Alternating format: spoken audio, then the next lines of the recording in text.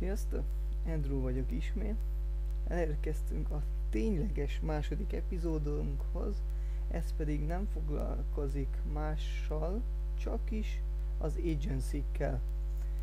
Az agency-k. Ezeknek általában két csoportja van, vagy legalábbis én ezt a kettőt szoktam így megkülönböztetni magamba, és erről a kettőről is szeretnék beszélni, mert ez a kettő az, amivel úgy gyakrabban fogunk találkozni az első kiutazásunk, első kiköltözésünk alkalmával, és ezek lesznek az érdekesebbek is.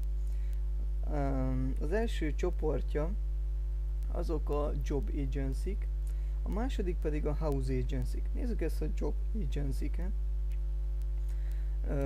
Ebből otthon is vannak egy pár, illetve Angliában is. Az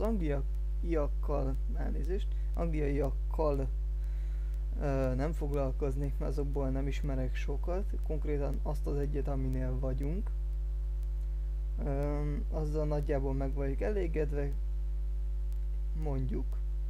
Nézzük inkább a magyarokat, ez már sokkal inkább lényegesebb, mivel amikor kis hazánkból próbálunk utazni valahova, és úgy, hogy még itt nem tudjuk, hogy vár-e munka, általában ez egy célra vezető megoldás. Gyakorlatilag két darab magyar agency-t ismerek úgy jobban, tüzetesebben, ezt a kettőt fogom megemlíteni. Az egyik az EU-Work, a másik pedig a londoni magyarok. Na már most a londoni magyarokról annyit tudok, hogy én személyesen nekem szerencsére nem volt tapasztalatom velük. Több embertől meg baráttól hallottam azt, hogy átvágják az embereket, senkinek sem ajánlom őket. Voltak rá példák, hogy kimentek emberek és nem volt munka, pedig megígérték, a szállás szörnyűek voltak, és a többi, tényleg nem, ők csak elveszik az ember pénzét. Arról nem is beszélve, hogy amúgy Magyarországon van egy törvény arról, hogy hivatalosan munkáért pénzt az ilyen munka közvetítő cégek nem kérhetnek. Persze ezt tök okosan megoldották, ők már nem egyszerűen a munka keresésért kérik a pénzt, hanem azért, mert ők cserébe utána egy éven át segítenek nekünk fordításokban, meg hogyha ne talántán valami bajunk lenne a szállással, meg az első szállás elintézésével, meg esetleg reptéri transferrel, de ez közel sem éri meg azt az összeget, amit elkérnek érte, azért mert kötelező valamit mondaniuk, hogy nem a munkáért kérjük, hanem valami másért. Az lényeg, hogy lehúzzanak. Na már most a másik ilyen cég, akiről van tapasztalatom, az az EU-Work. Na már most ez a segítési díj, ez náluk is ugyanúgy fennáll, viszont annyival módosítanám náluk, hogy náluk esetleg megéri. Miért is mondom ezt? Azért mondom, mert én velük jöttem ki, és gyakorlatilag nem ígértek sok mindent, de azt viszont legalább tartották. Szóval van szállásom, van munkám, dolgozok is, kapom is a pénzem. Az a pénz, amit már belefektettem ebbe, lassan kezd visszajönni. Szóval, hogyha az ember egy fél évig kint szeretne maradni, akkor mindenképp megéri. Márpedig annál kevesebb időt nem éri meg kint maradni. És szóval az EU-Work-öt azt ajánlani tudom, legalábbis amit én csinálok, egy ilyen raktári munkát, azt igen, mert egyelőre ez még egészen jónak ígérkezik, és egész jónak tűnik. Más munkákkal kapcsolatban hallottam rosszakat az EU-Workről, mint hogy ők is csak átvernek, meg kirúgták, meg stb. De amennyire én átolvastam ezeket a fórumokat, meg leírásokat, én inkább azt vettem észre, hogy ez inkább a magának, a munkavállalónak volt a hibája, és nem pedig az EU-Worknek, mert most nem az EU-Work dolgozik helyettünk, hanem ők csak kiküldenek ide, aztán az, hogy kirúgnak, mert egy balfaszok vagyunk, már bocsánat, akkor arról ők se tehetnek. Szóval az EU-Work-öt azt még tudom ajánlani. Egy fél pillanat. Igen, és akkor Most térjünk át a másik fajta agency típusra, ez pedig nem más, mint a house agency vagy landlord agency. Azt hiszem így van angolul helyesen, landlord agency. Na mindegy. Aki még nem hallott róla, hogy mik is ezek, vagy hogy is működnek, annak most mondok egy gyors összefoglalót, hogy is működik a rendszer. Gyakorlatilag vannak a lakástulajdonosok, akiket úgy hívunk, hogy landlord. Na most ez a landlordnak van egy háza, amit szeretne kiadni, vagy esetleg több is. Na már most viszont ő nem szeretne azzal foglalkozni, hogy most ha valaki nem fizeti be a lakbért, akkor oda menni hozzá, hogy na hol van a lakbér, meg szóval nem szereti játszani a Janit, ő csak a pénzét szeretné kérni azért a lakásért, amit ő bérbe ad. Mit csinál? Vannak ezek az agency-k, elviszi hozzá a lakásának a tulajdonjogát, ezek az agency-k elvégeznek minden hivatalos papírt, utána járnak, hogyha valaki nem fizetni a lakbért, és természetesen aki kifizeti a lakbért, azt tovább utalják a landlordnak, de ebből egy x százalékot levonnak maguknak. És ezzel mindenki jól jár, mert a landlord anélkül, hogy dolgozna egy percet is megkapja a pénzét a lakásából, a lakásának a kiadásából, az agencynek pedig nem volt igazából semmije, és mégis pénzt generált belőle, úgyhogy ez egy eléggé működőképes rendszer, és általában akik ide kiutaznak elsőnek, ezt a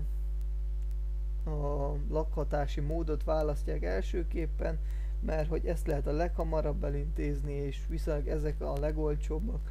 Nagyjából 60 és 80 font között vannak az ilyen kétágyas szobák, mert igen, általában amikor az agencyhez megy az ember, akkor legtöbbször szobát bérel csak egy lakásba, ami azt jelenti, hogy mondjuk egy lakásban mondjuk 4-en, 6-an laknak, vagy akár többen, attól függ mekkora, ugye, és ez is ugye függ annak, hogy mennyit fizetünk érte. Ha már egy szobás, majd egy ágyas szobát szeretnénk kérni, igen, az elején két ágyas szobát mondtam, hát remélem. Na szóval, kezdem az egész kompetenciát előről. Két ágyas szoba 60-tól 80 fontig, attól függ hol, mikor és mekkora házban. Egy ágyas szoba már 80 font plusz, magyarul inkább olyan 120-150 font, mert ugye két ember helyet kéne kifizetni, de ezt az ár sokkal lehet redukálni azzal, hogyha, és most jön a trükk, mert hogy ugye a landlord mondjuk példának okáért kér 100 fontot hetente, azért, mert ő bérbe adja a házát. Hát jó, rendben, az agency azt mondja, hogy rendben, te megkapod a 100 fontodat, és kiadja azt a lakást 150 fontért hetente, amivel jól jár ő is, meg a landlord is ugyebár. De vannak landlordok, akik azt mondják, hogy nekem nem elég az a 100 font, ő azt mondja, hogy 120 fontot akar, és ezért nem viszi az agencyhez, nem viszi az agencyhez a lakását, nem ő maga feladja, mint például otthon, hogy lakás, kiadó és hasonló, és ezeket kibérelni, és ő azt mondja, hogy neki elég a 120 font, és így mondjuk spóroltunk a landlordhoz képest 30 fontot. Na most ez az árkülönbözet nagyon irreveláns példa volt, mert itt a valóságban sokkal nagyobb különbség van. Szóval akár mondjuk 200 font vagy 300 font is lehet a különbség havonta egy ilyen lakásbérlésnél. De persze mindegyiknek vannak előnyei, hátrányai, szóval például az elején nem is ajánlom azt, hogy egyből a landlordokhoz szaladjunk, mert ugye mint egy rendes panellakásnál is például ezek a landlord lakások, ezek bútorozatlanok, nincsen se ágy, se hűtő, se semmi, mindent nekünk kell megvenni benne, csak a lakást kapjuk, illetve ha viszont az agencyhez megyünk, ott már egy komplett kész lakásba kapunk, beköltözünk, ott van az ágyunk, van minimális bútorzat, esetleg tévé, internet, az már hely és régió függő. Szóval vannak különbségek, illetve még egy hátránya vannak ennek esetleg ennek a landlordos dolognak, az, hogyha közvetlenül a landlordhoz megyünk, ők azért kétszer, háromszor, hanem ezerszer megválogatják azt, hogy kihez is viszik oda a kis lakásukat, kitől kérik el a pénzt, mert eszméletlen milyen feltételeket tudnak szabni. Szóval ha például négyen akarunk kibérelni egy lakást, gond nélkül rávágják, hogy legyetek rokonok, fizessetek fél évre előre lakbért, és hasonlók. Szóval elég durva kritériumokat tudnak szabni néha ezek a landlordok, de ez mindenki a saját döntése. Én csak egy támpontot adok, hogy tudjátok, hogy milyenek vannak, az már ti döntésetek, hogy melyiket szeretnétek. Szerintem ennyi lett volna az agency-k.